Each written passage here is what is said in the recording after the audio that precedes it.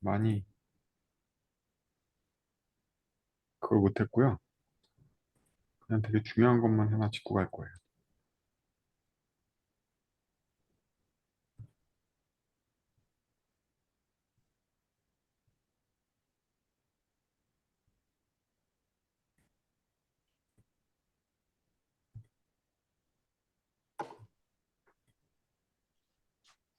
그것도 있고 할 게 없어. 이번 주가 제일 쉬운 주야.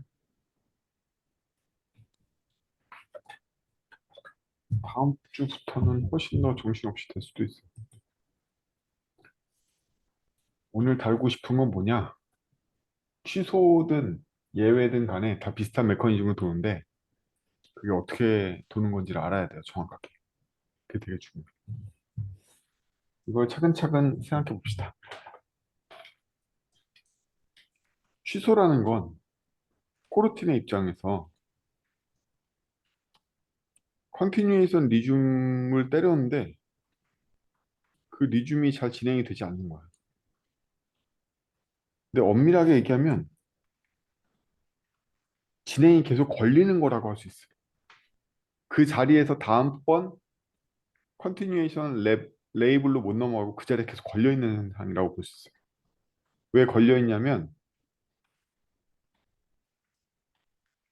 우리가 인보크 서스펜드라는 걸 이용해서 얘를 실행했었잖아요. 그게 컴파일러가 레이블별로 컨티뉴에이션 콜을 불러주는 부분을 이렇게 레이블로 나눠주잖아.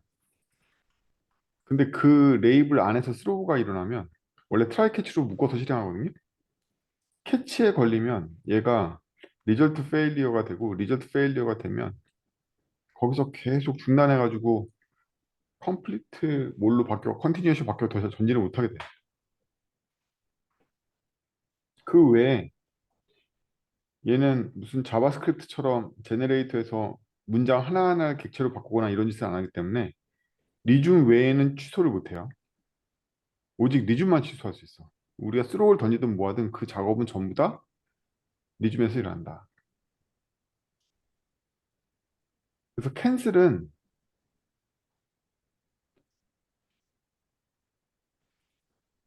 뭐냐 이거야. 5번을 잘 생각해 봅시다. 캔슬은 뭐냐는 건 코르틴이라는 건 컨티뉴에이션을 지속적으로 호출하는 거잖아요. 그것만 생각해 보자는 거야. 코르틴이라는 건 중단 함수에 있는 컨티뉴에이션을 계속 호출해주는 행위란 말이지. 그게 인터셉티드가 되면은 비동기적으로 호출할 것이고 언인터셉티드가 되면 동기적으로 호출할 것뿐이지 어쨌든 중단 함수가 끝장을 볼 때까지 계속 호출하는 거란 말이죠. TPS 스타일로. 근데 잡은 그 컨티뉴에이션을 연쇄적으로 호출하는 과정 안에 들어있지 않고 외부에서 캔슬을 때리잖아요. 예를 들면 런치 중괄호 바깥쪽에서 캔슬을 때리잖아. 그렇다는 얘기는 코르틴 컨텍스트에 있는 잡을 보고서 계속 리즘을 반복해서 때리다가 간을 보는 거야. 내 컨텍스트 잡이인데 이 새끼 상태가 변했나? 이렇게. 변했으면 리즘이 스로를 던지기 시작한다는 거지. 그래서 이 전체 슬라이드 제일 마지막에 있는 게 되게 중요한 얘기인데 잡의 캔슬을 내가 호출한 건 잡에다가 캔슬이란 마크를 해둔 거고 그 외에는 아무런 힘도 없다는 거지. 그냥 컨티뉴에이션이 다음번 리즘 하는데 지 컨텍스트 안에 있는 잡이 상태가 바뀌었네? 하고서 엄밀하게는 컨티뉴에이션 실행이 반영을 해주는 거지 잡의 캔슬이 무슨 힘을 갖고 있는 건 아니라는 거야.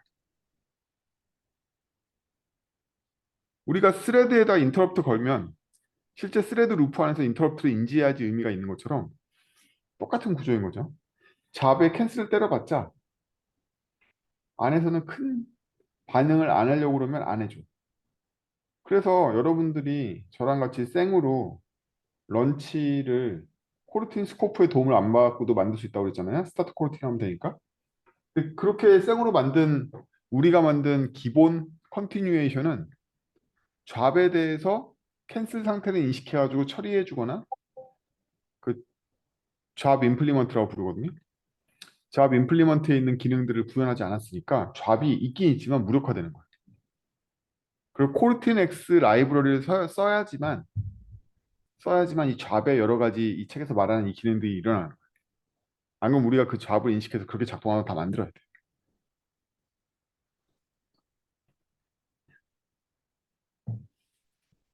이게 되게 중요하다는 거예요.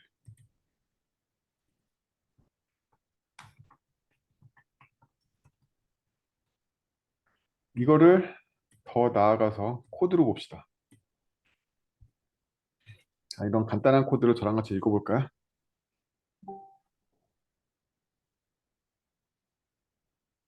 어, 뭐지? 왜 어디서 보인다. 오케이. 이 테스트라는 함수가 있죠. 테스트라는 함수는 콜틴 스코프로부터 만들었어요. 그래서 안에 런치를 때릴 수 있게 되는데 런치의 결과는 잡이란 말이에요. 책에 거의 비슷한 샘플 있죠. 그런데 잡의 인보콘 컴플리트를 때리는 걔의 결과는 핸들이에요. 핸들은 나중에 나오겠지만 디포저블 핸들이라는 건데 디포즈를 할 수 있게끔 도와줘. 나중에 갖고. 어쨌든 이 잡을 토한단 말이지. 이 잡은 콜틴 스코프가 외부 실행에서 받아온 페어런트 잡을 상속한 컨텍스트가 내장되어 있는 걸 런치한테 내려줘. 하지만 걔 자식이지. 페어런트 잡을 받아들여서 런치가 만든 자식 잡이 밑으로 떨어져. 배웠죠? 잡 저번 시간에. 얘가 리피트를 10번 돌면서 순차적으로 딜레이를 때리는데요. 책에 있는 예제는 트라이 캐치를 런치 전체를 감싸도록 걸었잖아요. 근데 그 큰 의미는 없다고. 왜냐하면 외부에 있는 캔슬이 영향을 주는 건 오직 중단 함수들 뿐이야. 중단 함수의 결과가 전혀 로지컬하진 않지만 이 딜레이가 심지어 스로우를 반한다는 개념도 없죠. 무조건 스로우를 반환하게 된다는 거지. 요점은 이거야. 잡을 캔슬 때리면 코르틴 스코프 내에 있는 여러 빌더들로 만든 내부에서 서스펜드 함수 호출한 결과가 유인시 되거나 특정한 결과가 나오는 게 아니라 스로우로 갑자기 바뀌어. 우리는 그런 로직을 짠 적도 없는데 라는 거야. 그게 핵심이야. 외부에서 캔슬 때렸더니 내부에서는 이번에 컨티뉴에이션 말고 다음번 컨티뉴에이션에 아무 서스펜드를 호출하면 걔가 어떤 서스펜드 함수라도 내부 호출이 다 스로우로 바뀐다는 거지. 나머지들은 멀쩡해요. 이런 애들은 다 멀쩡한 거야. 오직 변곡점이 되는 서스펜드 함수 콜 부분만 갑자기 캔슬레이션 익셉션이 생긴단 말이지. 뜬금없이. 그래서 이 책에서는 되게 극찬을 했는데 가장 직관적인 동시성에 대한 캔슬이라고 저는 그렇게 생각하지 않아요. 우리가 자바 스레드를 만들어 보면 알겠지만 스레드가 백그라운드 스레드가 안전하게 종료시키려면 엄청 신경을 많이 써야 된단 말이에요. 인터럽트 처리, 웨이팅 풀에 들어갔다 나갔다 하는 거 처리, 뭐 여러 가지 처리 다 해줘야지만 그 스레드를 안전하게 쓸 수 있단 말이지. 얘도 별다르지 않아. 얘도 모든 서스펜드 함수는 잡 캔슬로 인해서 잠재적으로 스로우를 뱉을 수 있는 녀석들. 이게 바로 서스펜드 중단 함수의 숨겨진 스펙이란 말이지. 중단 함수를 코르틴 X 라이브러리랑 같이 쓰면 모든 중단 함수는 잠재적으로 스로우업을 한 거야. 그래서 어떠한 중단 함수를 안전하게 짠다는 얘기는 이 멀쩡한 함수가 갑자기 스로우를 던질 수 있다는 가정하에 짜야 돼. 그래야지 기저 라이브러리 같은 걸 짤 때 안전해져. 아무 데서나 어떤 놈들이 아무 생각 없이 캔슬 때리거든. 그럼 여기 갑자기 펑 하고 터지는 거야. 갑자기 스로우가 나오는 거지. 여기서 제가 트라이 캐치를 막지 않고 딜레이 밑에 엄청나게 코어에 중요한 도메인 기능이 있었다든지 이런 로직이 있으면 뜻하지 않게 아니 이게 트랜지션이 깨질 수 있어? 뭐 이런 게 인메모리에서 깨져 있다고. 이게 전혀 일자로 실행되지 않는단 말이야. 중간에 스로우를 뱉어. 하지만 그 이후에도 더 기가 막힌 작동들을 하는 거야. 나중에 보기로 하고. 그래서 얘는 중단 함수와 무관한 리피트라는 출력문을 내고요. 딜레이를 때리다가 캔슬레이션을 먹으면 예외로 빠질 거예요. 캐치 예외로. 그리고 제가 인보콘 컴플리트라는 이 리스너를 하나 달아뒀기 때문에 제가 캔슬 때리면 얘도 출력이 되겠죠. 인보콘 컴플리션은요. 코드 찾아가서 들어가 보시면 여러 옵션을 줄 수가 있어요. 캔슬일 때 뜰 거냐, 뭐 컴플리트일 때만 뜰 거냐. 이 컴플리션 이 단어 제가 저번 시간 표로 보여드렸죠. 캔슬드가 돼도 컴필레이션이고 컴플리트가 돼도 컴필레이션이에요. 기억나시죠? 그 양쪽으로 줄 수 있기 때문에 그 중에 어떤 한 옵션만 받아들일 수 있어. 이 리스너가 뜨는 조건을 정할 수가 있어. 근데 이 리스너를 중간에 취소할 수도 있어. 취소하려면 핸들에 디스포즈를 때리면 이 리스너가 제거돼. 그냥은 제거할 수가 없으니까. 잡에 뭐 디스포즈, 인보크 온, 컴플리션 이런 메소드는 없으니까 얘 자체가 핸들러를 반해서 핸들러로 캔슬하게끔 되어 있어. 그럼 얘가 루프를 10번 돌면서 딜레이를 순차적으로 때리잖아요. 여기는 55L이고 여기는 10L이니까 한 4번 때리고 예상하고는 몇 번 때릴 수 있다? 0, 1, 2, 3, 4까지 나오는 게 정상이겠지만 이 기본 런블로킹이 쓰고 있는 게 지금 기본 디스패처거든요. 일반적인 JVM 환경에서 디폴트 디스패처의 성능은 초당 60프레임 이하예요. 한 40프레임 정도로 움직여요. 즉 17ms에서 15ms 정도로 움직인다는 얘기지. 따라서 이거 한 3번, 4번밖에 못 돌아. 이 디폴트 백그라운드를 이루는 디스패처가요. JVM 기본이 15프레임에 맞춰져 있어. 15ms 움직여. 프레임이 아니라. 왜냐면 60프레임에 근접하게 하죠. 60프레임은 원래 그거보다 더 작은데. 아무튼 그래서 보통 밀리세컨 요 차이를 계속 때려보면요. 한번 호출할 때마다. 그러면 그 정도 나와요. 프레임 간 딜레이가 있어가지고. 그래서 디폴트는 여러분들 애니메이션이나 이런 데 쓰시면 안 됩니다. 프레임 레이트가 늦어가지고 걔를 연속된 어떤 정교한 프레임 작업에다 쓰시면 안 돼요. 그냥 대략 부하 약한 곳에다 쓰는 거예요. 좀 깜빡깜빡 체크해도 되겠지 이런 거. 근데 이게 막 너무 민감해. 대표적으로 뭐가 있다? 여러분들이 어떻게 또 재수 좋게 로비를 벌여가지고 인천공항 차세대 작업에 투입이 됐어. 항공 관제 시스템이야. 여기에서는 15ms 막 이렇게 하면 비행기 축 놀라죠. 비행기가 워낙 마하로 날아다니고 이러니까. 그런 데서는 디스패처 디폴트 쓰면 큰일 나요. 혹은 뭐 원자력 발전소 원자력 봉 내리고 온도 조절하는데 막 프레임 넣고 이러면 다 망하는 거죠. 이런 애들은 되게 조심해야 돼서 디폴트가 쓸 수 있는 건 일반적인 웹 작업에서 그것도 되게 타임 크리티컬하지 않은 곳에만 쓸 수 있어요. 뭐 이렇고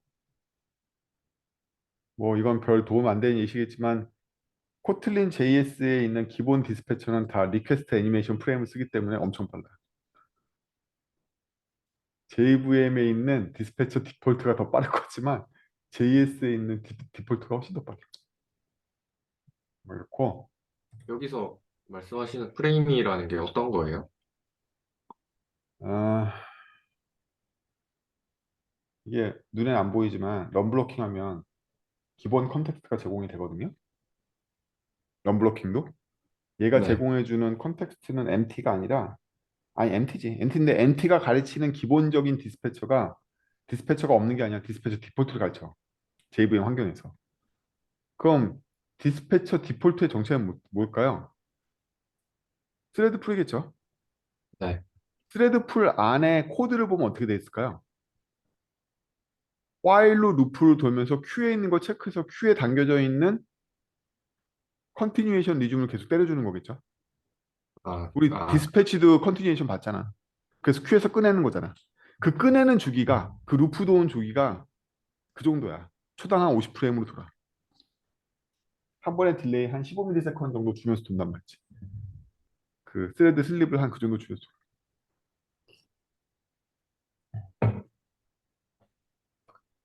그래서 이거 출력인데 출력이 여러분들 생각하면 완전히 달라요. 이렇게 나온단 말이야. 골 때리지. 이게 뭔가 보자고. 그래서 예상처럼 5개는 안 나오고 한 4개 나온다고 그랬죠. 55로 끊었어도 이게 10식이면 5개가 나올 거지만 한 4개밖에 안 나와. 여기까지 정상이야. 근데 캔슬 때렸잖아. 캔슬 때렸으니까 캔슬 A가 바로 나오는 거야.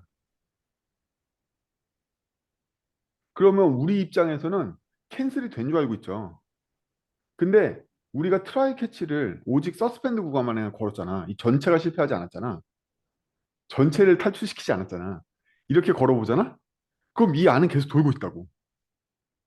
근데 여기 보면 계속 맨맨맨맨 돌고 있는 거야. 이때는 10ms씩 먹고 있는 게 아니에요.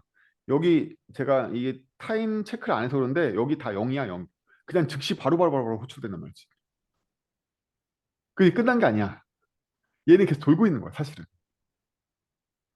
그래서 많은 예제에서 트라이 캐치를 런치 전체에다 걸려 오르는 거야. 다른 동기 로직이 못 움직이게. 실제로는 그 서스펜드만 걸어보면 그 서스펜드가 계속 뭘 예외를 발현하는 함수가 되어 있을 뿐인 거야. 이게 바로 골 때리는 점이라니까. 갑자기 서스펜드 함수가 캔슬 되면 예외를 발현하는 함수로 변한다니까. 사실은 외부의 캔슬은 이거밖에 안 해요. 그 시점에 걸려 있는 가장 가까운 중단 함수의 호출을 예외로 바꿔. 지금은 이 런치 안에 딜레이밖에 없어 그런데 여기 중단 함수가 4개 있는데 세 번째 거 콜하다가 제가 캔슬하고 만나잖아요. 그 시점이면 걔가 갑자기 스로우를 던진다. 그런데 인보크 온 컴플리션이요. 컴필레이션에 일어나기 때문에 캔슬 시점에 일어나게 고치지 않는 이상 여기 옵션 주면 캔슬 시점에 일어나게 캔슬드에서 일어나게 할 수 있거든요.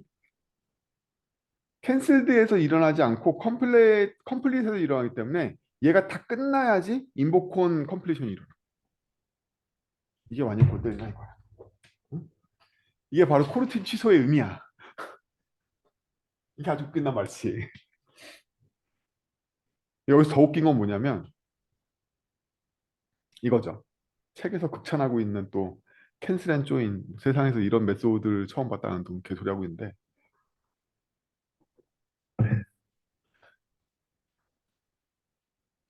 아니 이게 동가의 의미인지 시간상 흐름의 의미인지 이게 보인다고?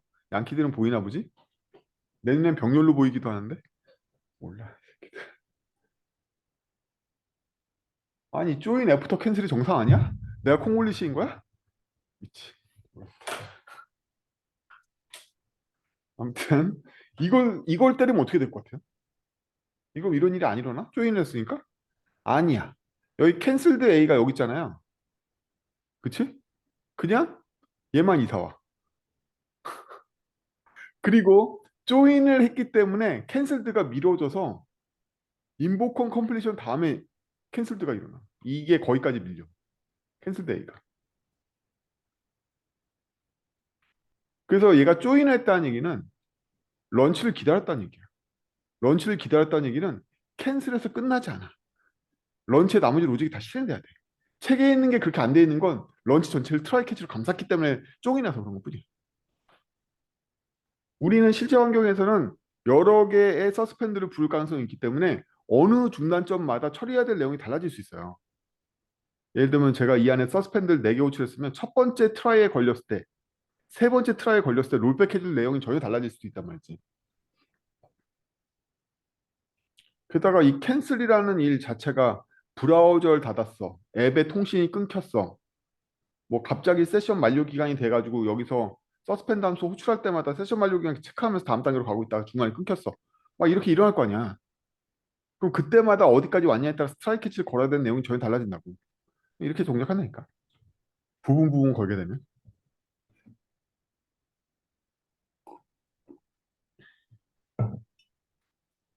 이게 잡 캔슬이라는 코르틴 X 라이브러리의 동작과 어떤 식으로 코르틴 빌더 안에 잡이 컨티뉴에이션을 실행할 때 그 베이직 컨티뉴에이션 임플리먼트를 또 확장해가지고 뭐 난리 치는 것들이 있거든요. 컴플릿 임플리먼트 뭐 이런 것들이 있는데 걔네들이 이 잡을 어떻게 다루는지를 보여주고 있는 거예요. 원래는 잡은 무의미하다 이거야. 원래는 잡은 무의미해. 얘가 이거 다 스로우로 던지게 만드는 것도 코르틴엑스 라이브러리야. 우리가 그냥 코르틴엑스 패키지를 그냥 써서 언어 자체로 구현하면 이런 일은 안 일어난단 말이야. 이런 기능을 제공해 주는 것도 전부 다 코르틴엑스다. 제 추천은 그냥 코르틴엑스 라이브러리 쓰는 거예요. 쓰시고 그냥 이 라이브러리 사용법에 익숙해지시는 겁니다. 단지 이 동작에는 이 라이브를 파고들려고 그러지 말고 우리 스프링 코드 파고들려고 그러지 않고 스프링이 뭘 제공하는지 이해하려고 그러는 것처럼 그냥 이 코르트랜스 라이브러리가 뭘 제공하고 그 동작이 어떻게 되는지를 이해하는 게 낫다니까. 거기 너무 깊이 파고들지 마. 우리 코르트랜스 라이브러리에 뭐 기여하고 그럴 거 아니잖아. 걔네 받아주지도 않아. 네, 그런 거 하지 마시고요. 그냥 이 동작을 정확하게 이해하시는 데 집중하시는 게 좋아요. 어떻게 써야 된다, 말아야 된다. 그리고 핸들러를 디스포즈를 캔슬하기 전에 때려주거나 컴플리트 하기 전에 때려주기만 하면 사라집니다. 그래서 미리 걸어놨다가 아, 잘 됐네 하고 정리할 수도 있고요. 여기에 자원 해제 코드가 있어도 트라이 쪽에서 잘 풀렸어. 그럼 굳이 무슨 자원 해제를 안 하고 얘가 다 처리할 수도 있겠죠. 그럴 때는 딜레이를 해지해 준다. 요 핸들러를 이용해서 해지해 준다.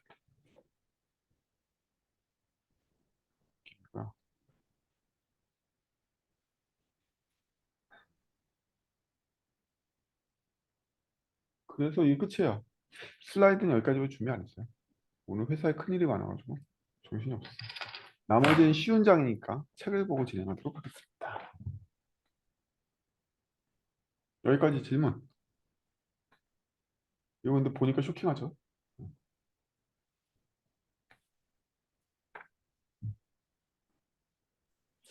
질문은 아닌데요. 네.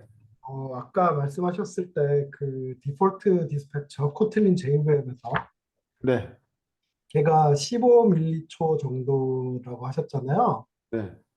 네, 이게 그 예전에 그 구글 I/O에서 뭐 젠키 UI인가 뭐 안드로이드 때 발표한 걸로는 1초를 정확하게 그러니까 60프레임을 달성하려면 16.67밀리초라고 하더라고요. 네.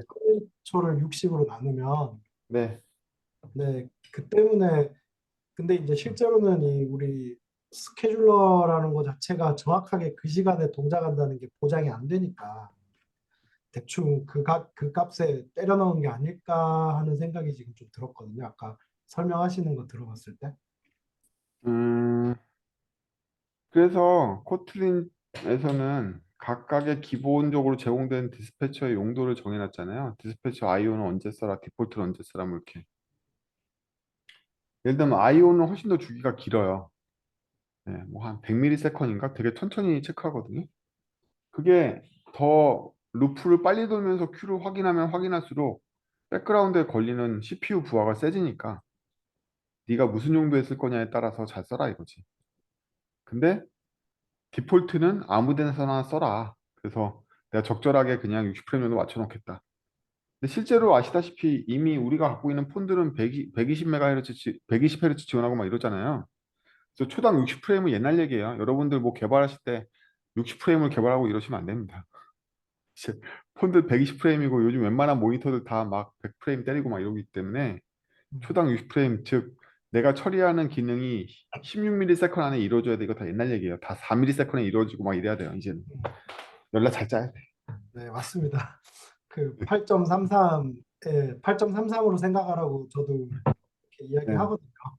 이미 메이저 게임들은 게이밍 모니터 240Hz에 맞추려고 노력을 하고요.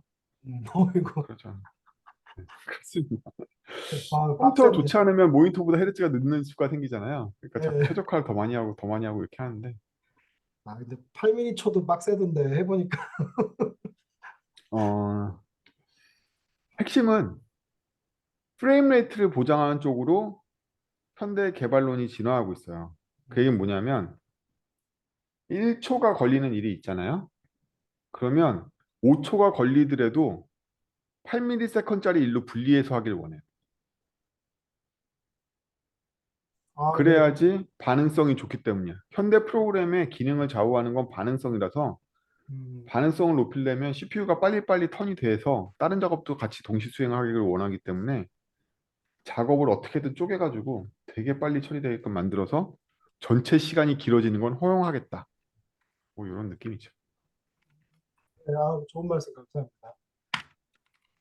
이제 우리 이거 플로우 장에 들어가면 플로우 지옥이 이제 펼쳐질 건데 플로우가 딱 그런 느낌이죠. 네, 이제 책으로 갈 건데요. 으쌰.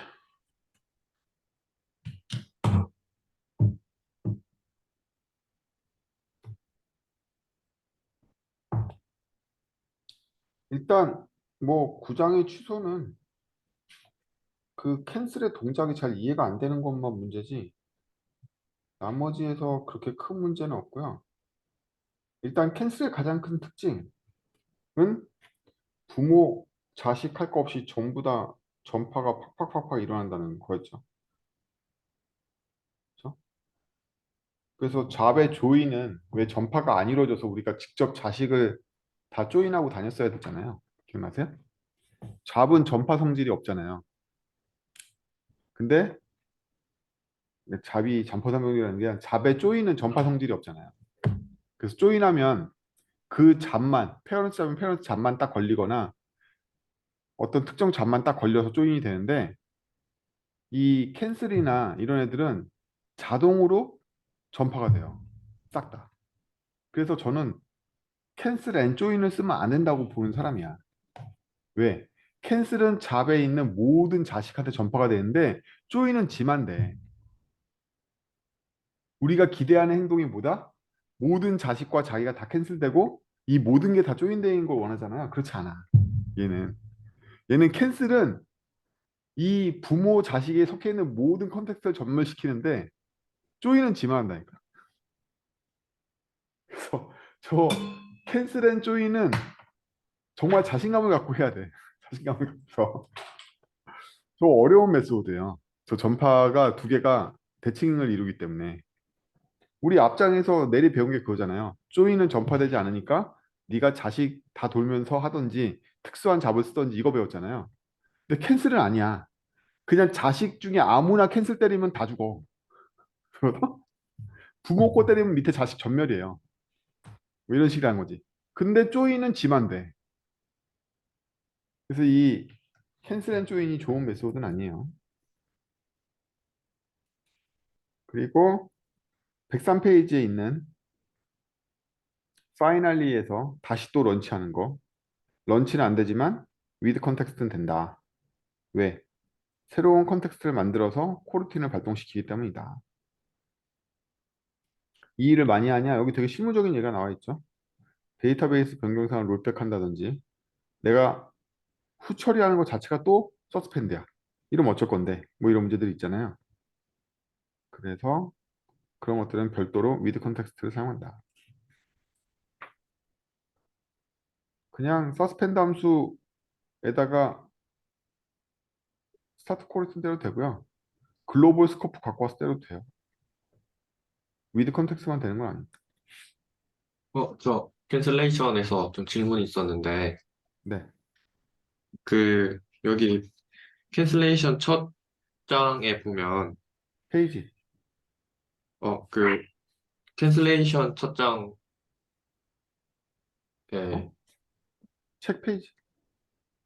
제가 원서를 보고 있는데 102쪽이거든요. 네. 베이직 캔슬레이션. 예. 페이지 캔슬레이션? 네. 계속.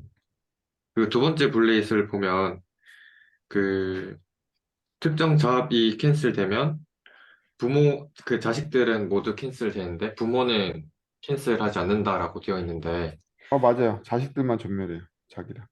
근데 또 다른 쪽에서 얘기하는 거는 그 차일드가 디스트로이 되면 페넌트 잡도 디스트로이 된다고 하더라고요.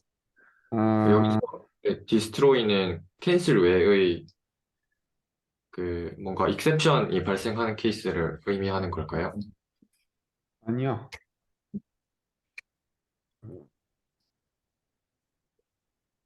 이게 이걸 공유할까?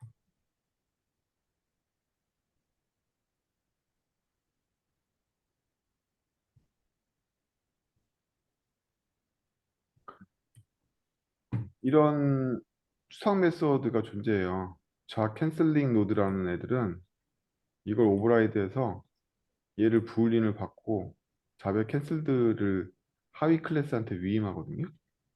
근데 이거를 슈퍼바이저 잡을 볼까? 슈퍼바이저 잡은 펄스로 보내잖아. 이러기 때문에 자식이 캔슬됐을 때 같이 망하지 않는 거야. 슈퍼바이저 잡이. 즉, 각 잡의 특성에 따라서 얘를 어떻게 오버라이드 했냐에 따라서 자식하고 같이 망할래 안 망할래를 만들어주는 훅이 존재해. 단지 그 정도야.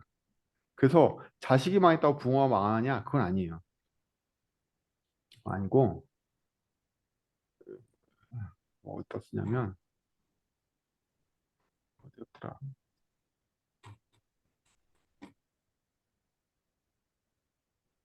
어디였더라?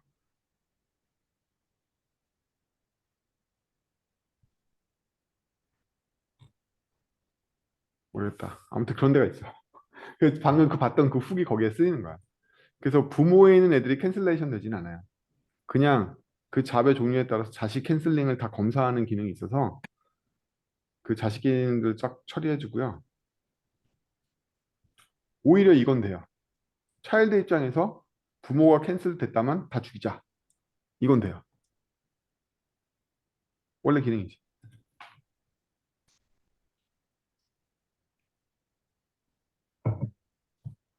그런 것들은 고민하지 말고 실험해봐. 이 책의 내용도 다 옛날 얘기라서 이 코르티넥스의 사용법이 별로 안 바뀌어가지고 저도 자세하게 일일이 비교를 안 했는데 곰곰이 따지고 들면 틀린 내용도 꽤 있을 거예요. 정책이 변했거나. 그래서 되게 중요한 내용 중에 하나는 109페이지부터 있는 Suspend Cancelable Coroutine. 에 보시면 Continuation에 Invoke on Cancellation이라는 핸들러를 미리 정해놓을 수가 있고요. 그렇죠?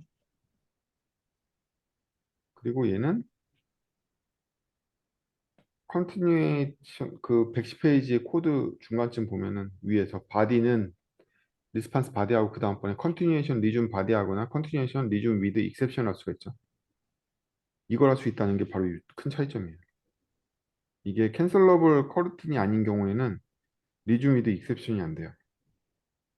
이게 된다는 게 되게 큰 차이점이고 그래서 컨티뉴에이션 인보크 캔슬레이션 캔슬 당했을 때만 뭐 한다? 레트로핏을 캔슬 같이 해주는 거죠. 그럼 얘 기능은 좌배에 있는 캔슬레이션하고는 어떻게 다른 거지? 라고 물어보면 얘는 컨티뉴에이션 수준에서 즉시 취소할 수 있기 때문에 더 빨리 일어나요. 그리고 이번 리줌 안에서 일어날 일들을 통제하고 있는 거지. 쟤는 바깥쪽에서 리줌이 디스패처에서 순환되고 있을 때 걸리는 거라면 얘는 얘가 즉시 자기 거만큼의 서스펜드를 통제하고 있는 거죠. 그래서 이게 좀 그런데요. 혼용을 할지 말지가 되게 고민이 돼요. 코르틴 X 라이브러리로만 철저하게 사용할 거냐 중간에 이렇게 코르틴 수준에서 제공되고 있는 기저 함수들을 이용할 거냐 섞어 쓸 거냐 이게 엄청 고민이 된다고. 지금 109페이지에 있는 내용은 전부 다 섞어 그 기저에 있는 코르틴 X 라이브러리가 아니라 그냥 코르틴 언어에 내장되어 있는 기능이거든요. 그걸로 되게 로우하게 구현한 거야 이게. 엄청 로우하게 구현한 거라고. 이 로우 레이어하고 하이 레이어를 같이 쓸 거냐 말 거냐 이게 굉장히 어려운 문제예요. 사실은 109페이지에서 구현한 전체 내용도 코르틴 스코프 이용해서 다 구현할 수 있거든요. 구현하려고 마음 먹으면 뭐 이런 거지. 마음 먹으면 되긴 해요. 그래서 요거 섞어 쓰는 게 좀 힘들다. 저는 사내에다가는 제약을 두지 않고 있습니다. 마음대로 해라. 그리고 여기서 제가 맨날 강조했던 중요한 거 작업을 쪼갠다. 어떻게? 중간에 서스펜드 함수를 넣어서 서스펜드 함수 사이사이가 시간이 짧아지도록 106페이지 제일 밑에 있는 코드를 보면 200ms 슬립하고 일드를 한번 때리죠. 일드는 코르틴 스코프에 있는 메소드 중에 하나로 아무것도 안 하는 유닛을 반환하는 서스펜드 함수입니다. 중단점을 만들어주는 역할만 하는 거죠. 근데 아까 봤듯이 캔슬이나 뭐 이런 것들이 다 중단점에 반응하기 때문에 중단 포인트를 넣어준 거야. 그럼 여기서 한번 디스패처가 끊어주겠죠. 그럼 디스패처가 큐에다 그 다음번 루프를 집어넣어 놓고 다른 일도 실행하다가 또 얘도 실행하고 이럴 거란 말이지. 이거 제가 시간이 없어가지고 예제 만들다 말았는데 만들었으면 재밌었을 텐데.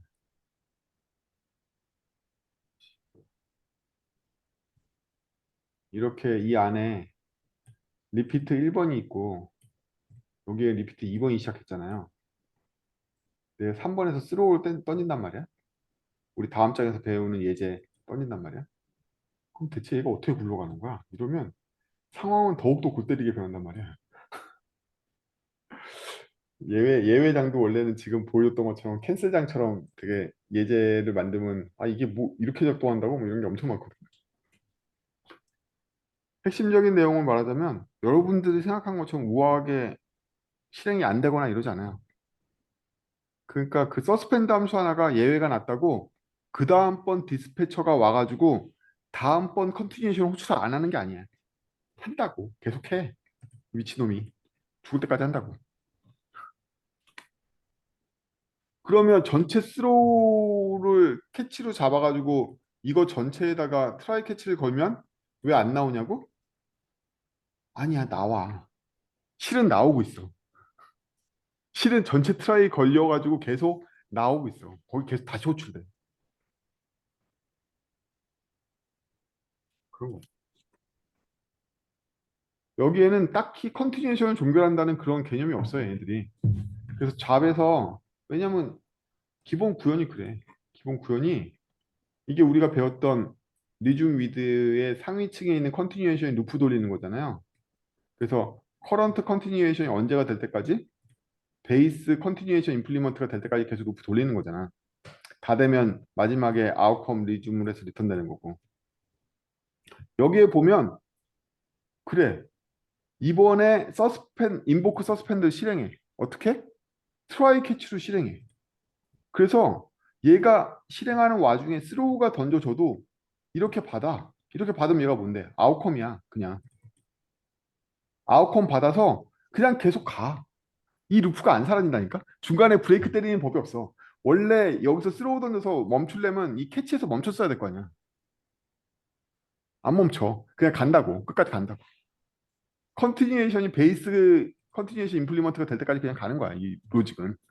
그래서 우리가 여기서 아무리 스로우를 던져봤자 그냥 리절트 페일리어로 수용하고 계속 돌아. 마지막까지. 그래서 컨티뉴에이션 구조에서는 중간에 탈출할 방법은 없는 거예요. 중단 함수가 중단이라서 리턴하고 뭐가 됐다? 릴리즈 인터프리티드가 됐을 뿐이야. 그리고 그냥 계속 돌아. 끝까지 돈다고 이놈은. 그냥 돌아. 계속 아웃컴을 갱신해서 아웃컴을 그 다음 걸로 바꿔줘서 아웃컴을 팔람으로 바꾼 다음에 또 돌려가지고 또 돌리고 또 돌리고 또 돌리고 계속 돌린다고. 여기까지. 여기 지금 빠져나갈 로직이 아예 없잖아. 그래서 아까 이 현상이 일어나는 거야. 우리가 캔슬 때리거나 다른 놈이 예외를 때려서 예외가 전파돼가지고 자식잡이 실패한 줄 알았지? 그래, 2번은 3번에서 끝났지. 만 1번 계속 돈다고. 책에 묘사한 건 마치 1번도 끊어져서 안 돌 것 같지만 다 돈다고.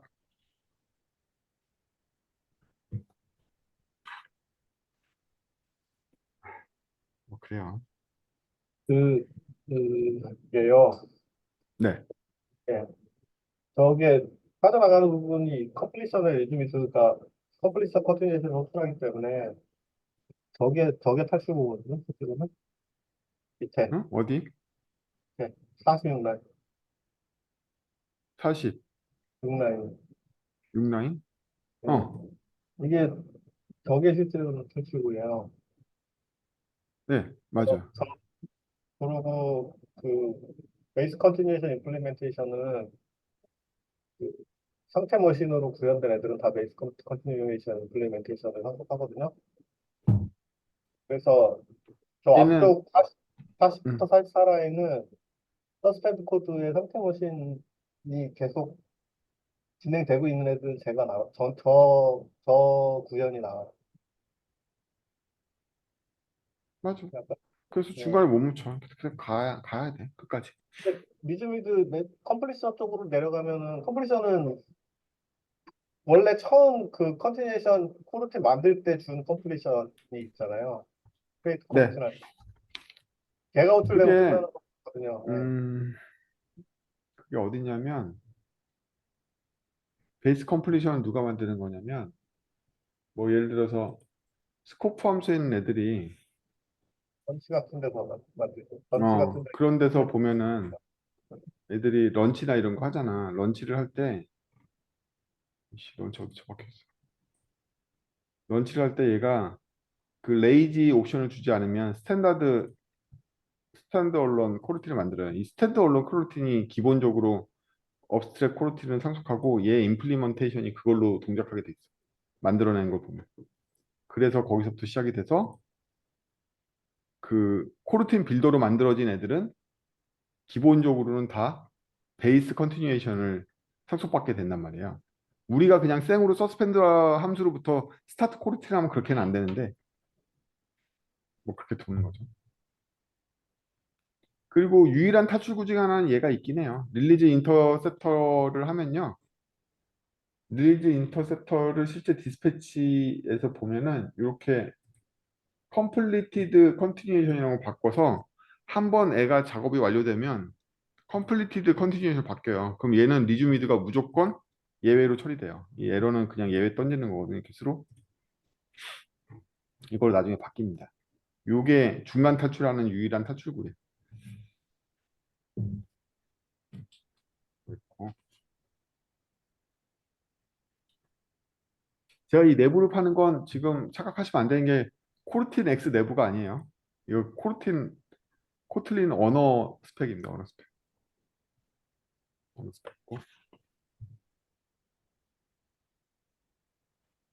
그래서 여기 106페이지에 제일 밑에 코드에서는 일들을 중간중간에 끼워줬죠.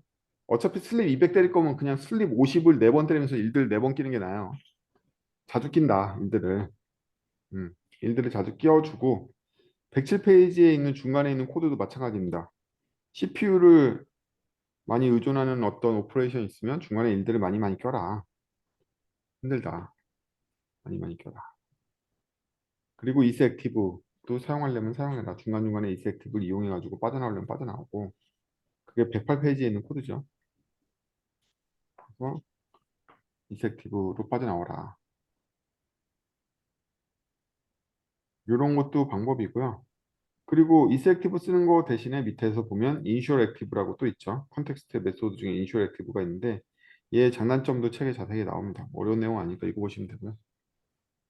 이렇게 안 할 거면 네가 생으로 직접 리줌, 위드, 익셉션이나 리줌을 구현해라. 마지막 로우 레벨은 거기다. 마지막 성까지 다 가르쳐준 게 내용의 끝입니다. 10장 예외 처리. 예외 처리에서 배워야 될 건 드디어 슈퍼바이저 잡이 무엇인지 알게 되었다. 슈퍼바이저 잡은 자식 잡 중에 어떤 놈이 스로우를 던져도 나머지한테 전파되지 않게 하는 거. 아까 코드 원리는 보여드렸죠. 자식 전파에 영향을 받을 거냐 말 거냐 결정하는 훅이 있었다. 이게 슈퍼바이저 잡의 특징이고 우리도 무슨 잡이었더라? 시켰나? 닫았나? 닫았나 보다. 이건가? 응. 우리도 이거 임플리먼트 해가지고 직접 우리 클래스 만들면 돼요. 이렇게 오버라이드. 그럼 슈퍼바이저 잡하고 똑같은 거 만들 수 있습니다. 그리고 슈퍼바이저 스코프 별거 아니다. 생성할 때 슈퍼바이저 코르틴에다가 슈퍼바이저 코르틴이 그 안에 내장돼 있거든요. 잡이. 슈퍼바이저 잡으로. 여기 있다.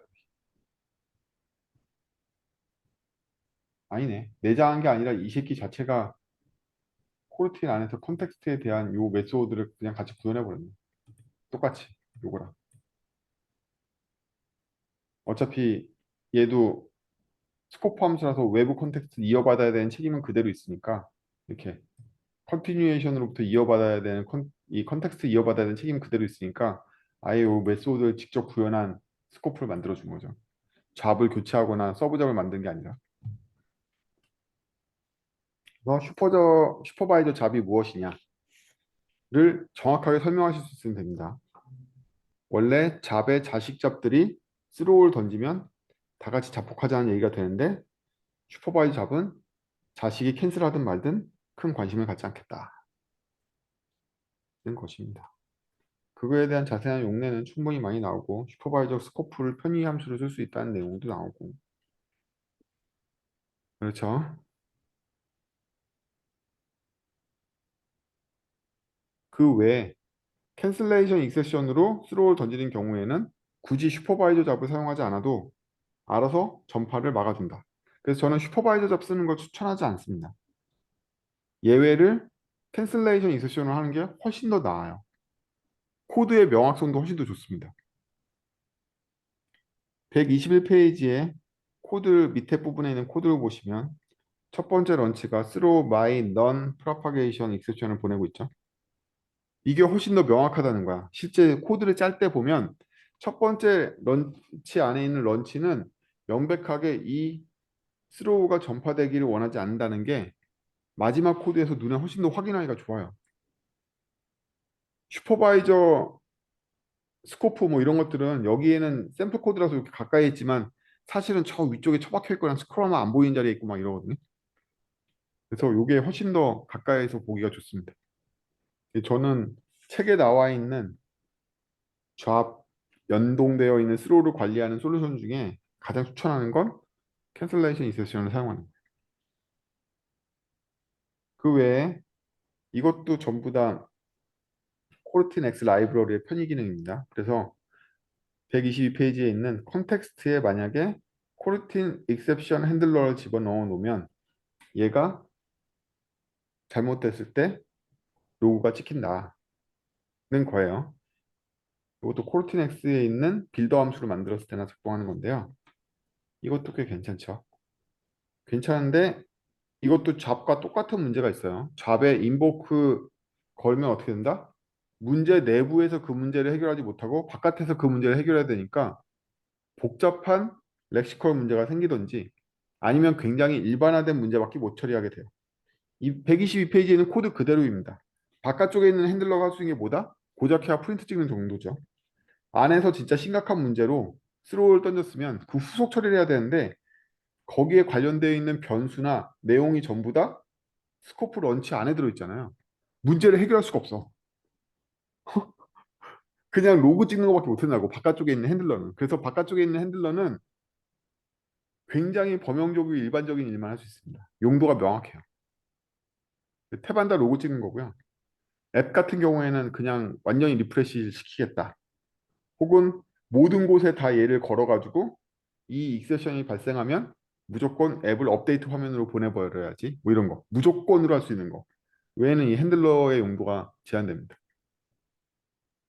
한 가지 그리고 질문이 네, 있는데요.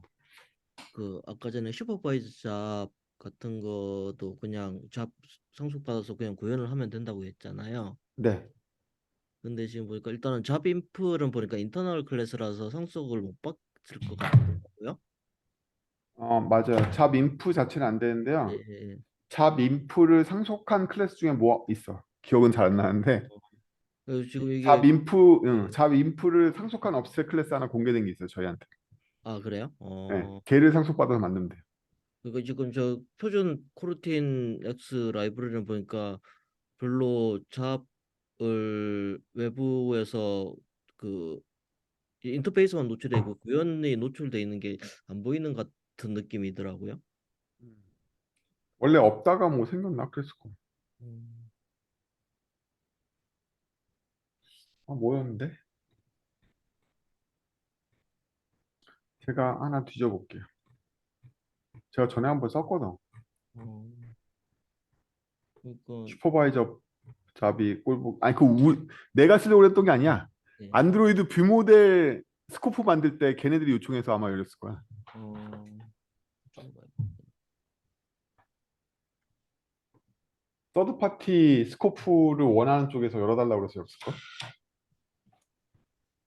그랬어요.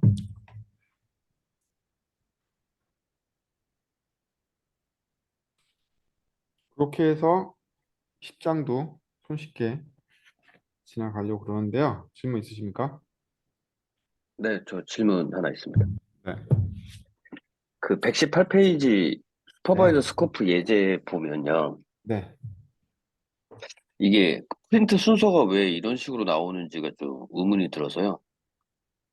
어, 딜레이, 그러니까 에러가 먼저 찍히고, 던이 찍히고, will be printed가 찍혀야 할 것 같은데, 이 책에서처럼 반대로 찍히거든요. 에러가 찍히고, will be printed가 찍히고,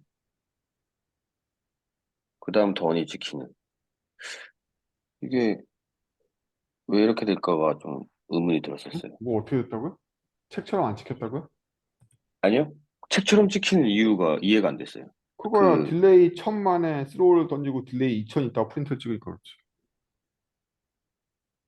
네, 그러면은 그 딜레이 2000짜리가 마지막에 찍혀야 될 텐데, 던이 마지막에 찍히거든요.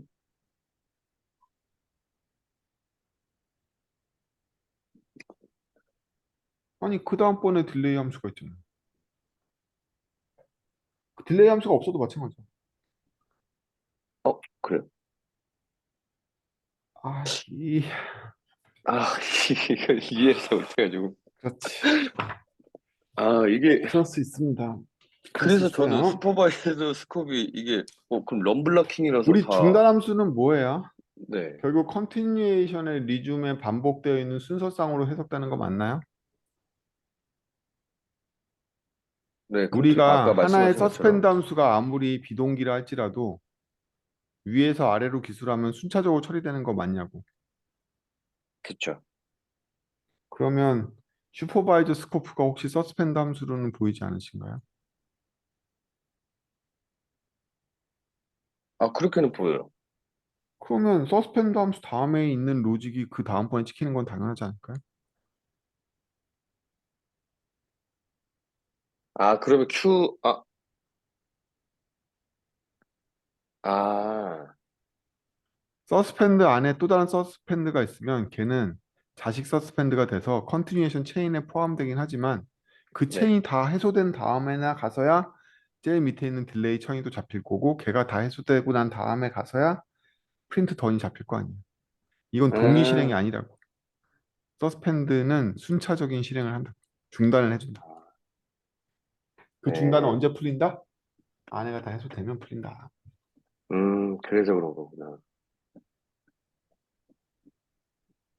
이게, 그럼 비동기이고 서로 동시 실행이라는 거를 생각하면서 보니까 좀 헷갈렸던 것 같아요. 음, 그냥 뭐 여기 예를 볼까요? 뭐 불쌍하게 스로우하지 말고.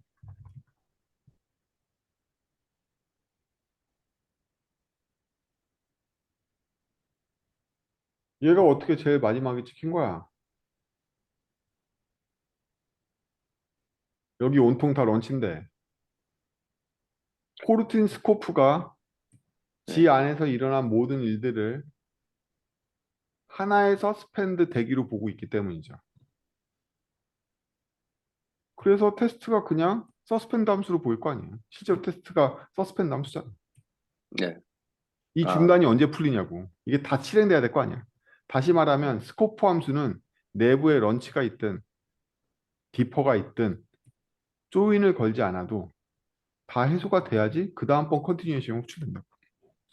음, 그러니까 우리가 서스펜드 함수 뒤에다 바로 코르틴 스코프를 붙일 수가 있지.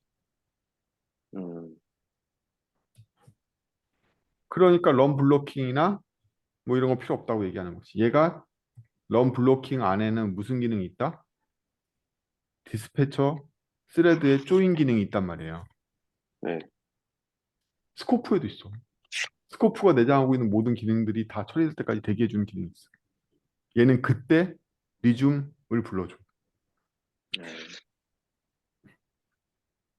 그래서 스코프를 쓰는 거야. 알겠습니다.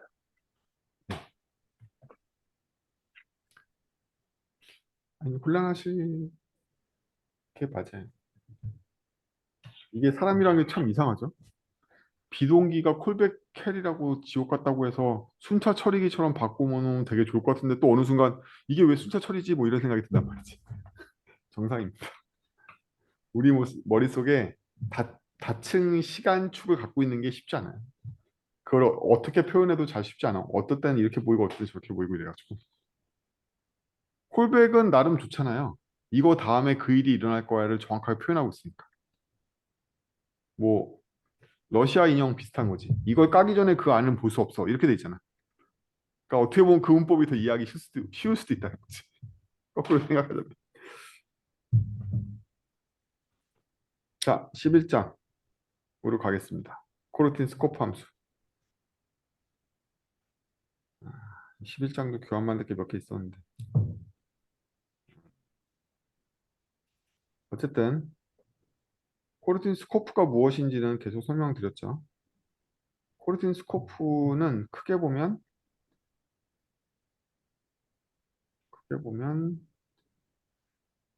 컨텍스트를 제공한다. 첫 번째, 코르틴 스코프는 컨텍스트를 제공해. 어떻게? 자기를 호출한 컨텍스트를 이어받아서 가공한 뒤에 제공해줘.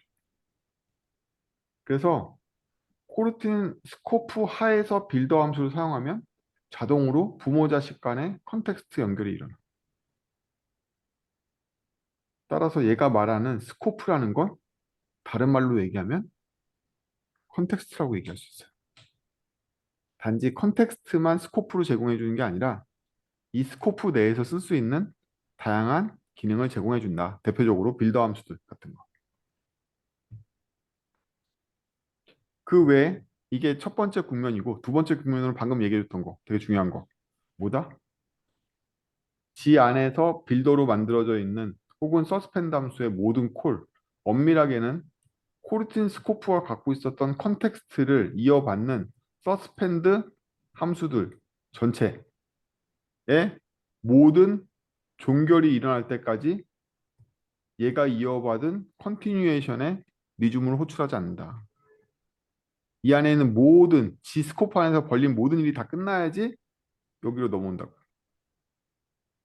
그래서 스코프는 일종의 중간에 있는 브레이커 역할을 해줘요. 비동기 브레이커라고 부르거든요. 우리가 비동기 작업을 막 하면 여기까지는 다 작업이 끝나서 모은 다음에 그 다음번에 가야 될 필요가 있잖아. 예를 들면 어싱크 어웨이트를 100개를 때렸어. 그거 다 모아가지고 리절트 셋을 만들고 그 다음번 국면에서 리절트 셋을 이용해서 또 전개를 해야 되잖아. 이렇게 국면을 나누고 싶을 때 코르틴 스코프를 많이 사용합니다. 그래서 이 코드로 보면 여기서 어싱크를 막 여러 개 만들어가지고 결국엔 최종적으로 조립을 할 거 아니에요? 조립을 한 걸 반환하고 그 다음번에 또 다른 스코프로 진입하고 뭐 이런 식으로 진행하는 거죠.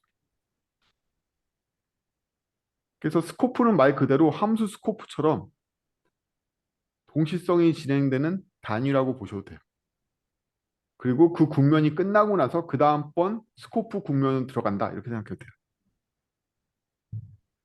그래서 코르티엑스 라이브러리가 제안하는 스타일은 스코프로 각 국면을 나눠서 스코프 안에서 빌더들을 이용해서 서브 비동기 작업들을 조직화해라 이거야. 이 조직화되는 동시성이라는 게 바로 그거예요.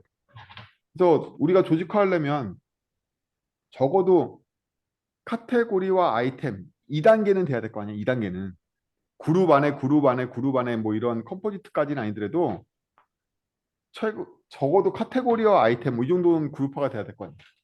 그렇죠? 근데 얘는 무려 무한 뎁스를 지원하죠. 이 안에서 빌더 함수가 리프라고 생각한다면 컴포지트 패턴처럼 이 안에서 또 모두 발현할 수 있다. 여기서 다시 이렇게 또 가지를 칠 수도 있죠. 그리고 이 안에서 또 런치를 때릴 수 있고. 그러면 여기서 런치가 다 비동기인 것 같지만 엄밀하게는 이 런치와 이 런치는 서로 쌩까지만 이 런치가 이 발현시킨 다음에 얘가 끝나야지만 여기로 올 수 있다는 거지. 이 스코프가 끝나야지만 여기 런치가 다 끝나야지만 이 런치가 호출된다 거야. 이게 바로 조직화되어 있는 동시성이라는 거야. 얘네들은 동시에 일어나는 거 맞아. 맞는데 걔네들이 다 끝나야지 그 다음번 국면이 일어날 거야. 이게 스코프의 두 번째 의미. 여기에 어싱크가 있다고 해도 마찬가지겠죠.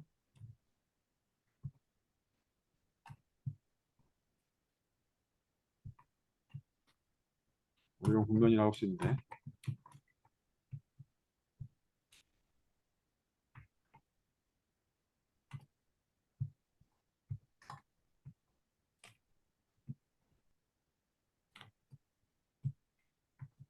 뭐 이런다고 해봐.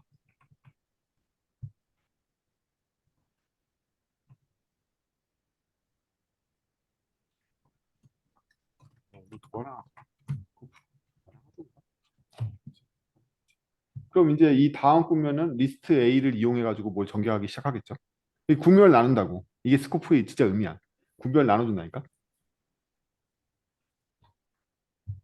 그래서 병렬 순차, 병렬 순차, 병렬 순차 계속 이렇게 날아가는 거야. 우리의 할 작업을 굉장히 조직적으로 나눌 수가 있게 됩니다. 어디를 더 효율적으로 동시에 편성할지, 어디는 순차적으로 진행할지를 조직화하는 이런 컨텍스트를 제공해줘요. 이게 스코프의 사용법이에요. 근본적으로. 얼마나 아름다워. 할 거냐. 이렇게 전개될 거 아니야. 뻔히. 또 가가지고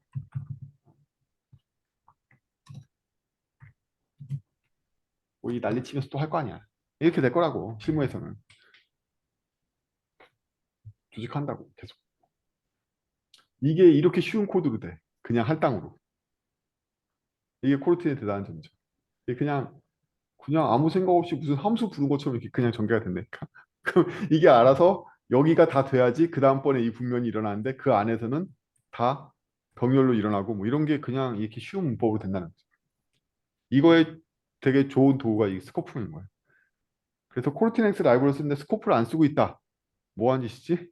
무슨 바보 같은 짓을 하고 있는 거지? 뭐 이렇게 생각해보세요.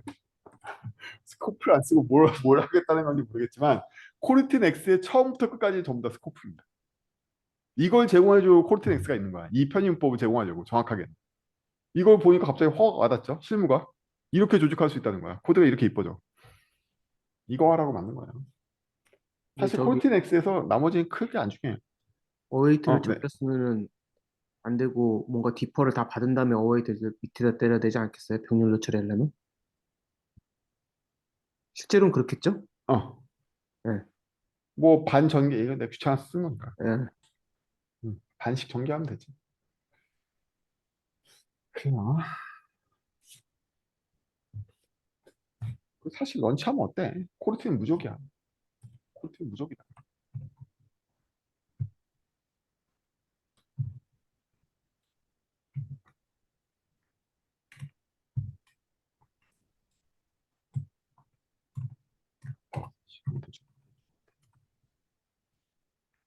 우리가 무슨 함수형 신봉자도 아니고.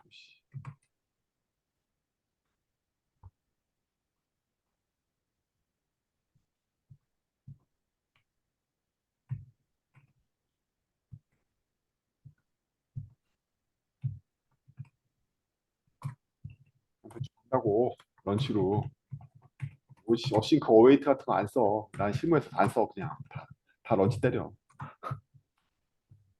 어싱크 어웨이트가 귀찮게 다 런치로 간다. 회사에 런치밖에 안 써. 용호야 우리 회사에 이 런치밖에 없는 이유가 이거야. 그냥 가기 때문에. 이게 더 이해하기 쉽거든. 어싱크 어웨이트가 더 어려워. 방금 용호가 얘기한 대로 아 이거 동시성 맞아? 뭐 이런 생각이 든단 말이지. 런치가 가장 이해하기 쉽단 말이야. 아무한테나 가르치기도 편하고.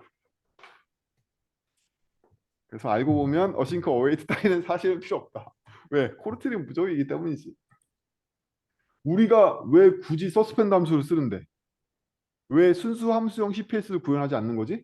인자로 보낼 필요가 없으니까 컨티뉴에이션이 내부 상태를 다 뭘로? 프로퍼티를 갖고 있으니까 그냥 갱신하면 된단 말이지.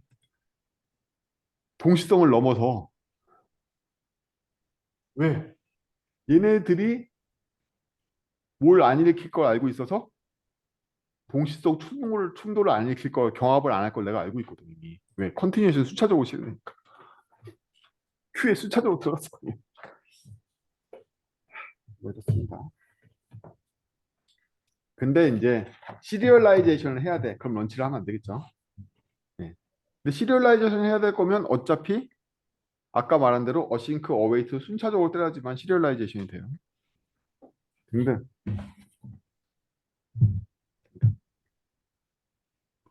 스코프에서 되게 중요한 건 스코프가 무엇인지를 본격적으로 이해하시는 겁니다. 우리가 왜 스코프를 쓰는지 자체를 이해해. 그리고 스코프를 함부로 확장하거나 스코프를 전달하면 안 되는 이유.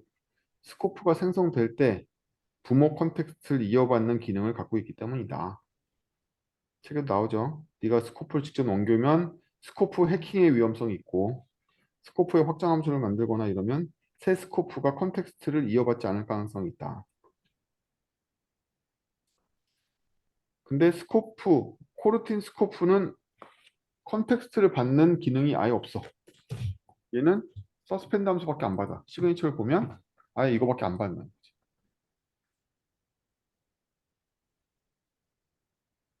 그리고 나서 이미 서스펜드 코르틴 unintercepted or return으로 바로 돌입해. 이건 뭐냐면 인터셉터를 무시하고 첫 번째 실행은 무조건 하고 보겠어. 뭐 이런 녀석이에요. 내가 첫 번째 실행하는데 디스패처 따위의 잡에 넣을 이유는 전혀 없지. 일단 난 실행하고 본다. 이게 그거야. 스타트 on dispatched or return은 돌입하자마자 리즘을 먼저 한번 때리고 봐. 디스패처에 넣지 않고.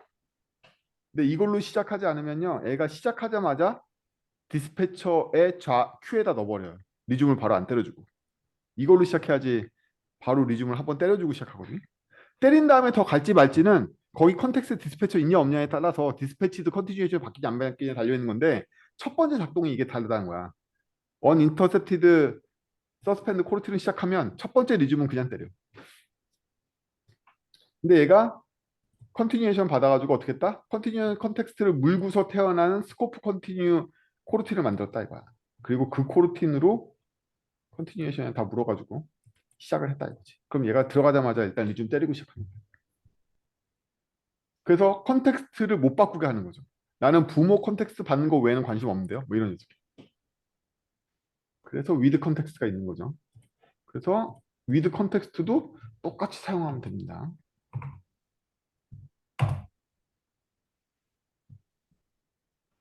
이렇게 똑같이 사용하면 돼요 그냥. 얘도 아마 될까? 되잖아. 얘는 뭐다? 똑같이 코르틴 스코프를 그대로 제공하고 있죠. 그대로 제공하는데 컨텍스트에 개입할 수 있어. 구경하러 갈까요? 그래서 얘는 컨텍스트를 받아주면 리턴할 때 여기 다 똑같죠? 똑같습니다. 그리고 옛날 컨텍스트를 올드 컨텍스트로 보고요. 뉴 컨텍스트를 옛날 컨텍스트를 아니 이거 요 컨텍스트 인자 컨텍스트를 물고서 올드 컨텍스트에 얘를 결합해 주는 컨텍스트를 새로 만든 거예요. 근데 요 메소드가 얘랑 비교를 해요. 인자로 준 애랑 얘랑 똑같으면 무시하거든요. 요 메소드가. 그래서 요게 있는 거예요. 요게. 그래서 위드 컨텍스트 썼는데 옛날 컨텍스트를 그대로 보낸다. 그러면 어떻게 한다? 그냥 스코프 코르티는 처리해. 스코프 코르티잖아. 우리 컨텍스트 안 보낸 상황이 스코프 코르티잖아. 그래서 그냥 그걸로 처리해. 이게 제일 패스트 패스라고 알려져 있는 거야. 말이 패스트지. 이거 뭐하러 주셨어? 위드 컨텍스트에 아무것도 안 준 컨텍스트 이건 옛날 컨텍스트 그대로 주면 되는 거고요. 두 번째는 이 안에 인터셉터가 얘랑 동일해. 내가 새로 보낸 컨텍스트에 있는 디스패처하고 이어받은 컨텍스트의 디스패처가 동일한 경우가 있단 말이지. 똑같이 디스패처 IO야. 이런 경우에는 두 번째로 빠른 길이 해당돼. 왜? 언디스패치드 코르티를 즉시 만들어서 바로 실행하면 돼. 이게 무슨 뜻일까요? 이미 지금 실행되고 있는 디스패처가 새로 만들어지라고 똑같잖아. 그러니까 언디스패치 리즘을 바로 때리면 된단 말이야. 그 스레드에서 그냥 실행하면 되니까. 이게 그 뜻이야. 그래서 그나마 낫다. 바로 실행할 수 있으니까. 아니면 어떻게 한다? 디스패치드 코르티를 만들어서 새 컨텍스트에 그리고 여기도 스타트 코르틴 캔슬러블로 호출해가지고 큐에 넣어서 그 디스패처가 다음번 큐에 꺼내서 실행하게 만든다는 겁니다. 이게 위드 컨텍스트의 일이에요. 우리 대신 짜준 거예요. 안 어렵죠? 그래서 위드 컨텍스트를 두려워할 필요 없습니다. 뭐 이렇게 하면 거의 로스 없어요. 그렇잖아. 거의 로스 없잖아. 언디스패치드 코르트 만들었는데 그냥 즉시 리즘 때릴 거라고 그 컨텍스트 하에서 뭐 큰 부담 없이 막 써도 됩니다.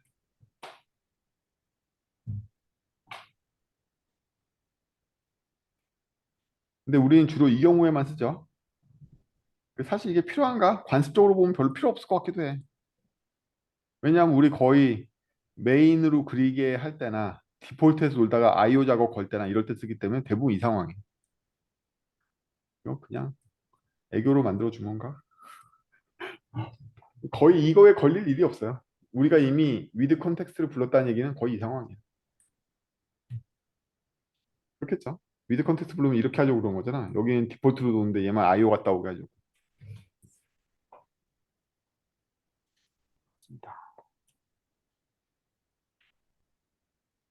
그리고 with timeout은 되게 좋아요. with timeout은 되게 좋고요. with timeout 볼까요?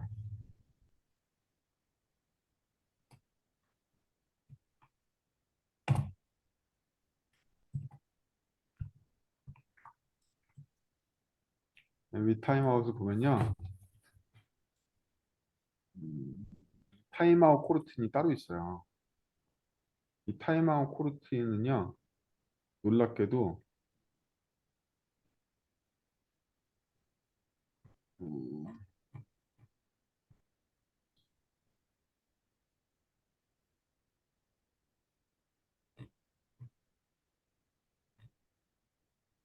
이렇게 어디다 치고 왔지?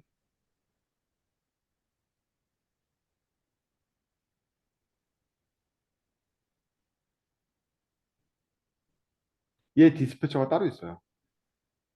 얘는 딜레이 디스패처가 아니야. 어디 있었는데? 아, 또 한참 뒤져야 있나 보다. 그래서 타임아웃 스코프는요. 얘만의 디스패처가 따로 있어요. 타임아웃 처리해주는. 딜레이랑 섞어 쓰지 않아요. 딜레이는 딜레이 디스패처가 따로 있고요. 얘는 얘 디스패처가 따로 있습니다. 타임아웃. 그래서 로직 구현할 때 되게 쉽죠. 예를 들면 자바스크립트의 패치 같은 경우에는 직접적인 타임아웃을 지원하지 않는데요. 이런 경우에도 타임아웃 걸면은 자동으로 시간 아웃되고 인보콘 컴플리션 걸면은 거기서 패치 캔슬 시킬 수도 있고 뭐 이런 과외적인 타임아웃을 걸기가 굉장히 편해집니다. 그래서 많은 경우 제가 추천드리는 거는 여러분들은 고민을 많이 해보시라는 거예요. 내가 정말 이 상황이 맞나? 아닐 것 같은데? 라고 결론이 날 가능성이 높다, 이게. 이게 알고 보면 이럴 가능성이 굉장히 높아.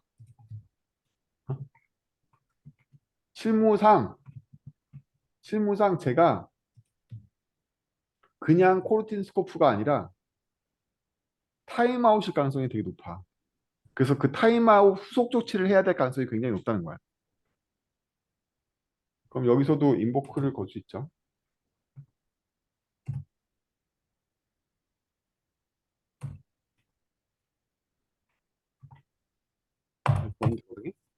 이 안에다 걸어도 돼요. 그럼 이 새끼가 타임아웃 때문에 여기서 얘가 발생한 바깥에서 안 걸어도 돼. 그냥 얘는 걸면 되는데 그럼 이제 얘가 뭐 때문에 죽었는지는 이걸로 보면 되죠.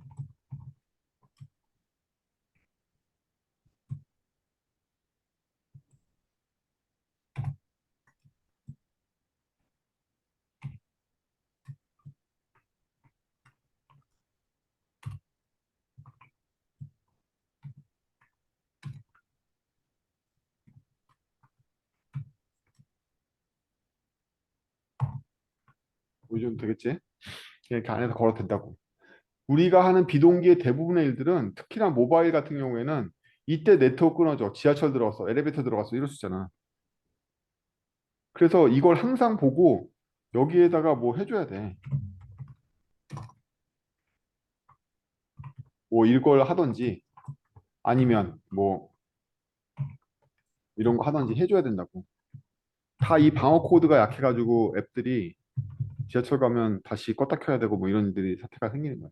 그러니까 이거 진짜 많이 생각해 봐야 돼. 서버도 마찬가지야. 서버에 이거 안 걸어놔가지고 노드 하나 죽기 시작하면 줄줄 타고 다 죽는 거야, 걔네들이. 이것만 걸려 있어도 그 전파를 안 시켰을 텐데. 한 놈이 블로킹 걸려가지고 응답 안 하면 다 줄줄이 꿰서 죽는 이유가 중간중간에 이런 브레이커들을 안 걸어놔서. 그래서 오늘부터라도 한 번이라도 고민해 보세요. 나 정말 이거 써야 되는 거야, 이거 써야 되는 거야. 고민해 보라고. 이거는 혹시 이거 아니었어? 뭐 이렇게 생각해 봐. 이거는 이거 아니었어? 이렇게 생각해 보라고 한 번씩은. 타임아웃 가드가 없어도 되는 건지 잘 생각해 보고 쓰라고. 그것만으로 연쇄작용을 다 막을 수가 있어. 이것도 되게 문법이 쉽잖아요. 문법이 쉽단 말이지. 그래서 타임아웃은 다른 스코프와 달리 스코프를 감싸는 가드라고 생각하셔도 됩니다. 타임아웃 가드가 없어도 되는 거 맞아? 이렇게 생각해보고 해라. 그게 하고 싶은 얘기였습니다. 어플리케이션을 불안정하게 만드는 거를 코틀린 X 라이브러리를 이용하면 이렇게 말도 안 되게 짧은 코드로 명확하게 표현할 수가 있어요. 그렇죠. 이건 계속 쓸 수도 있어. 이거는 오히려 더 자주 써야 돼. 그래서 사방에 다 걸어야 돼.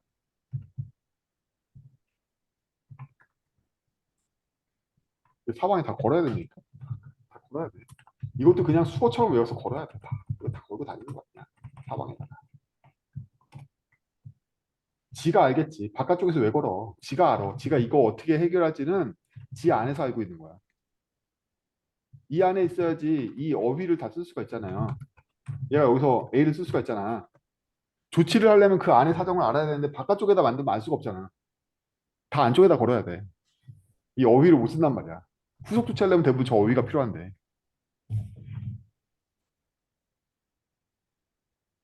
그리고 참고로 뭐 이런 것들은 다 편의 함수일 뿐이에요. 들어가 보면 별거 없습니다. 개점 뭐냐고? 이거 그거잖아. 컨텍스트에서 잡 얻어내는 거잖아. 이거라고 이거. 다 이 편의 함수들이 꽤 많이 제공돼요. 잡 있어? 잡 있으면 걔한테 이거 호출해 줄게. 뭐 이런 거라든지. 그래서 코르틴 컨텍스트의 캔슬도 마찬가지로 야, 잡 있냐? 서포트 잡이냐? 아니면 꺼져. 뭐 이렇게 해가지고 캔슬 인터널 호출해 주고 뭐 이렇게 해준다. 이것도 뭐 마찬가지. 잡이 인슈어런스 액티브한 거지 본인이 컨텍스트가 인슈어 액티브한 건 아니라. 근데 이렇게 몇 개, 이 디자인이 거지 같다고 그랬잖아. 이게 말이 되냐고. 런타임 객체를 라이브러리가 코드로 감싸고 이게 말이 되냐고. 어쨌든 이 수많은 편의 함수가 있기 때문에요. 여러분들도 직접 무식하게 구현하지 말고. 이거 무식하게 구현하면 어떻게 되죠?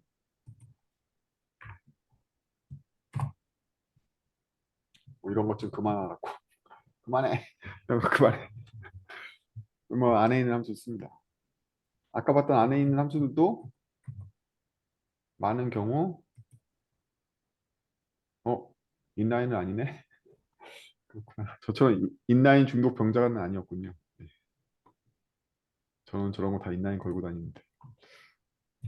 근데 오늘 저랑 지금 스코프를 보니까 스코프에 대한 많은 생각이 드시죠? 내가 스코프를 몰랐구나 이런 생각 들지 않으세요? 스코프라는 건 굉장한 녀석입니다. 그래서 내가 코루틴 X의 컨텍스트인 여러 기능들을 런치나 디퍼나 뭐 이런 거 쓰는데 스코프를 안 쓰고 있다? 뭐가 잘못된 거야. 그냥 뭐가 잘못된 거야. 잘못 사용하고 있는 거야. 그 사방에 타임아웃이 안 걸려 있다? 이 혜택을 안 쓰고 있어? 이거를 다른 데서 구현하려면 너무 어려워서 다들 귀찮으니까 안 하는 건데 코르틴 X는 이렇게 쉽게 걸리는데 이걸 안다고? 동시성 프로그램이 엄청나게 견고해집니다. 진짜 말도 안 되게 견고해져요. 코드 양이 이거밖에 안 되거든. 여기에 무슨 비동기 작업이 있을 줄 알고 몰라. 뭐 엄청 복잡한 게 있겠지. 이 안에 스코프 또 있고. 그래도 그 단계별로 다 걸 수 있어. 문법이 이거밖에 필요 없어. 이게 진짜 스코프 파워. 그래서 자바와 코틀린은 비슷하지 않나요? 안 비슷해. 전혀 안 비슷해. 뭐가 안 비슷하냐면 동시성을 사용할 때 자바에서 동원해야 되는 코드 양이나 신경 써야 되는 양과 코르틴이 제공해주는 이것 때문에 동시성을 훨씬 더 많은 스레드를 굴리는 걸 생각해보면 코르틴 쪽이 자바보다 훨씬 더 성능이 높아져요. 스레드를 쉴 틈 없이 돌리기 때문에. 물론 여러분들이 이걸 다 쓴다는 거 가정하에서. 근데 여러분들의 코드는 자바를 번역한 것 같은 코트린 쓰고 있잖아. 그 코트린이나 자바랑 똑같겠지, 속도가. 실은 그렇지 않아. 이렇게 대단한 일을 이 정도 코드를 할 수 있기 때문에 코틀린 쪽이 성능이 와방 높아야 정상이에요. 자바에서는 도저히 멀티스레드를 이렇게까지 쓸 수 없어요. 코드 너무 힘들어. 안 쓰게 돼. 주요 코어 엔진 몇 개만 멀티스레드를 쓰게 되지. 코르트는 그냥 밥 먹듯이 쓰면 된단 말이지. 아무 생각 없어. 밥 먹듯이 쓰면 돼. 그런데도 이렇게 정교해져. 엄청 정교해져. 가 코르틴 스코프 함수에 대한 내용이었습니다. 오늘 11장 가졌죠? 시간이 좀 많이 남네. 디스패처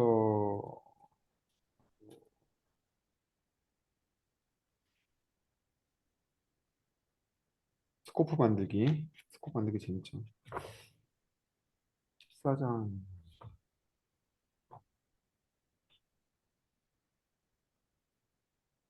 뮤텍스가 드디어 나오고 세마포어가 나오죠. 코르틴의 뮤텍스나 세마포어는 전부 다 중단으로 구현돼 있어요. 그게 다른 러너들과 굉장히 큰 차이점이에요. 근데 우리의 욕심은 끝이 없기 때문에 특히나 뮤텍스 같은 애들을 리드라이트락으로 쓰고 싶은 마음이 스멀스멀 든단 말이에요. 그렇죠? 그러나 안 돼. 서스펜드 안에서 쓸 수 있어. 좀 짜증날 때가 있습니다. 세마포어도 마찬가지지. 아, 싱크로나이즈 쓰기 싫은데 세마포어로 하면 안 될까? 안 됩니다. 서스펜드 안에서밖에 안 되기 때문에 중단으로 구현해서 그래요. 이제 단골로 나오던 아카는 안 나오네. 이 책에서는. 그렇게 하고 코르틴 테스트하기 쉬우니까. 자바 프레임워크에서는 대부분 컴플리트 퓨처 테스트로 자동으로 바꿔주기도 해요.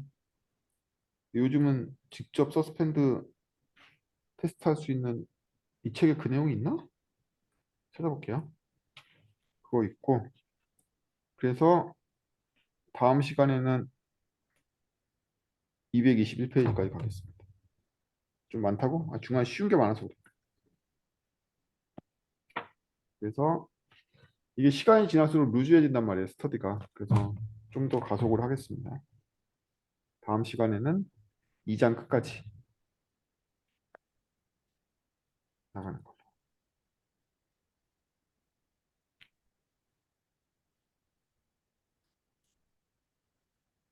자, 오늘 범위 내에서 궁금하신 거 질문의 시간을 갖겠습니다.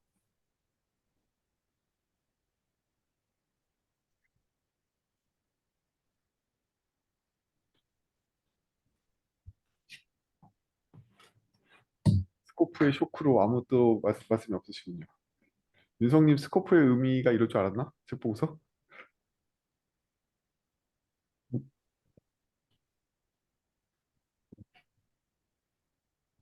책에 있는 대로 하면 안 돼요.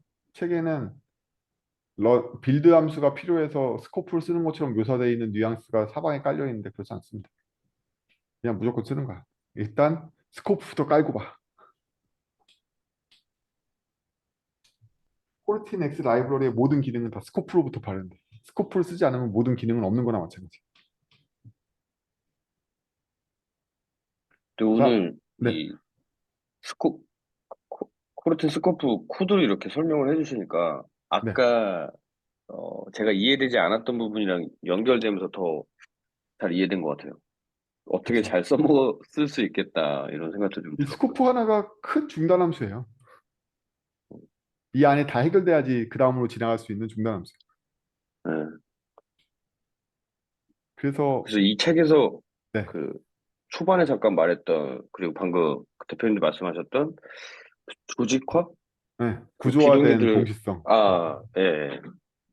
그게 이제 오늘 좀 이해가 됐던 것 같아요. 네, 그거죠. 책의 그림 어디에 나오냐면요. 방금 말씀하신 게 117페이지 뭐 이런 데 보면 나오잖아요.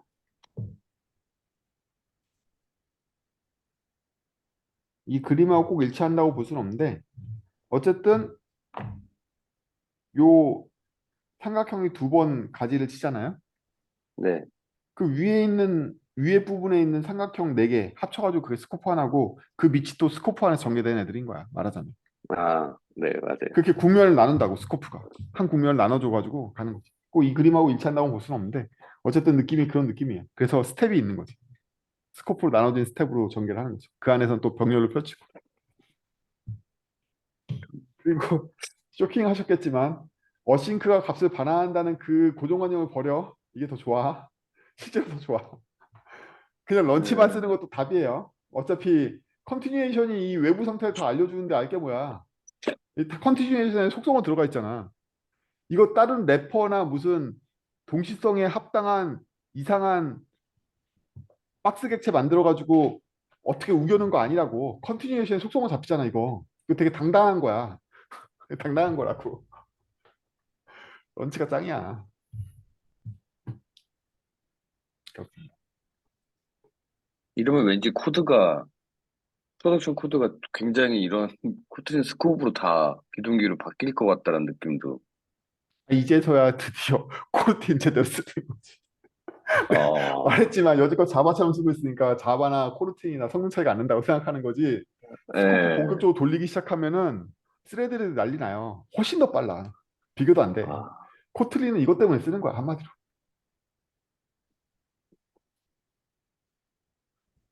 근데 아, 윈스트 같은 경우 지금 이제 저 동시성 처리해야 되지 않나요? 응? 지금 저 19번부터 29번까지 줄을 아, 보면은 그쵸. 이거는 다 네, 병렬이 된다고 지금 생각해서 한 거고. 네. 그러니까 네. 리스트가 실제로는 그냥 어레이 리스트가 안 되고 네. 동기화 감안하는 리스트. 그쵸. 그런 것들은 잘 살펴야죠. 근데 이것도 이미 많은 의미가 있어. 네가 업무를 분해할 때 동시성이 가능한 업무로 분해해라. 뭐 예를 들면 그렇죠. 심지어 저기 순서도 저순서가 아닐 수도 있으니까 지금이야 단순하니까 거의 저순서 되는 거. 뭐 네가 동시성을 나눌 때부터 잘 나눠. 뭐 이런 게 내포돼 있는 거지. 병렬화할 수 있는 코드로 처음부터 잘 나눠. 뭐 이런 게 내포돼 있는 거죠. 이 의미에. 근데 진정한 병렬화를 하려면 원래 내가 달성하고자 하는 어그리게이션 자체가 병렬화돼 있는 어그리게이션으로 포뮬러를 바꿀 수 있어야 될 거 아니야. 그거를 계속 연습하다 보면 결국엔 런치밖에 안 쓰게 됩니다. 진담이야. 진짜로 런치밖에 안 쓰게 돼. 나중에는 어싱크를 쓸 일이 거의 없어져. 그리고 이게 되게 황당한 게 아니라 제가 리스트라고 표현해서 그런 거지. 아니 실제로 우리가 비동기로 몇 개나 부른다고. 다 API 콜이잖아 이게 실제로는. 근데 실제로 이렇게 된다니까. 그리고 여기서 끝났으면 세 개 다 와 있을 거 아니야. 그렇죠. 잘못됐으면 애가 여기서 인보크로 받았을 테고 에러 처리했을 테고. 이거 황당하지 않다니까. 제가 이거 이름을 이렇게 써놔서 그렇지 이렇게 써놓으면 그렇다니까. 그러면 이게 인덱스가 있는 게 그게 이해가 되잖아. 그렇다니까. 그렇습니다. 자, 오늘 여기까지 정리하겠습니다. 준비를 많이 했어야 되는데 회사가 빡빡해가지고 캔슬 안 하고 오늘 이거 전개만 한 것도 잘한 것 같아. 하고 나니까 좋네. 자, 오늘 여기까지 하고 다음 주에 2장 끝까지 2부 끝까지 나가겠습니다. 수고하셨습니다. 제가 나머지 내용들은 디스코드로도 종종 얘기 드릴게요. 안녕히 주무세요. 수고하셨습니다. 고맙습니다.